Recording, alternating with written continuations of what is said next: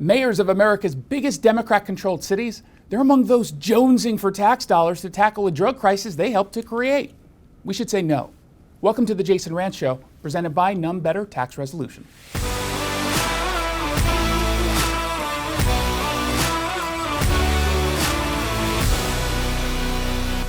In a letter from 37 mayors, including those of Seattle, Portland, Philadelphia, and San Francisco, members of Congress are implored to approve President Biden's supplemental budget request. Their plea is mostly lifted from White House press releases, arguing that $1.5 billion in grant funding to localities through the federal government, specifically their state opioid response, will allow them to effectively tackle a drug crisis fueled primarily by fentanyl that's actually flowing through the president's porous southern border, the one we're not supposed to acknowledge as porous. Now, on paper, the funding seems noble. It's earmarked to expand access to recovery support services, for example, but much of what the left pushes sounds better than the reality. When you know how to decode their buzzwords, you can better understand and neutralize their destructive policies. The funding would bolster so-called harm reduction strategies, which the radical left dresses up as evidence-based. It often does little more than enable addicts, distributing drug paraphernalia like fentanyl pipes, clean needles, and even something called booty bumping kits. And it's all being done under the guise of reducing harm. The efficacy of those measures, dubious at best. Just look right here in Seattle.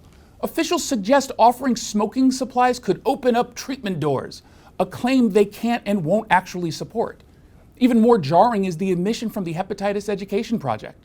The goal isn't to wean addicts off drugs, but to support their autonomy in drug use. Neither Seattle nor Portland has shown any real interest in ending addiction. Seattle defunded the police, and they passed policies and legislation barring them from enforcing drug laws. The city hit record-high fatal overdoses along the way. Meanwhile, voters in Portland, fooled by a clever pitch, legalized drugs under the guise of treatment, only to see overdoses skyrocket. It's not supposed to work out that way, is it? Will these Democrat mayors actually put federal funds to good use? Suddenly? No. Their continued endorsement of harm reduction initiatives, that doesn't inspire confidence. Look what's going on in Philadelphia. They're backing heroin injection sites still, and San Francisco lets nonprofits hand out drug kits.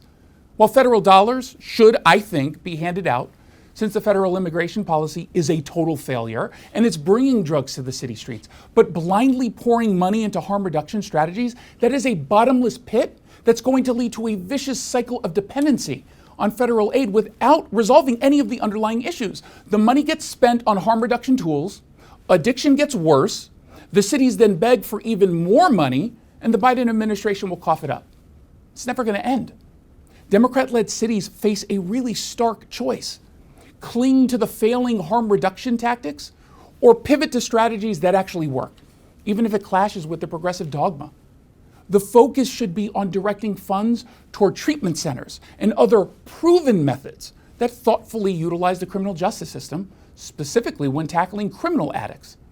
Cities that have already done this, those are the ones that should be prioritized for funding. The time for relentless harm reduction strategies, it's over.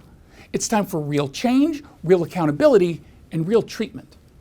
Jason Rantz here with Greg Nunn, your local tax expert and advocate. Greg, thank you so much for coming on. Hey, Jason, great to be with you again and talk about these tax issues. So some folks out there have the IRS calling them nonstop or even coming to their door. What do you recommend they do?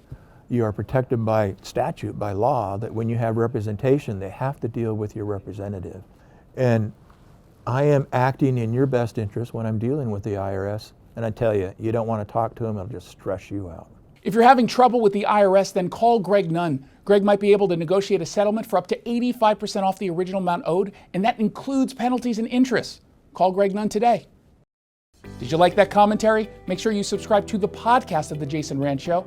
Get it at KTTH.com or wherever it is you download your podcasts.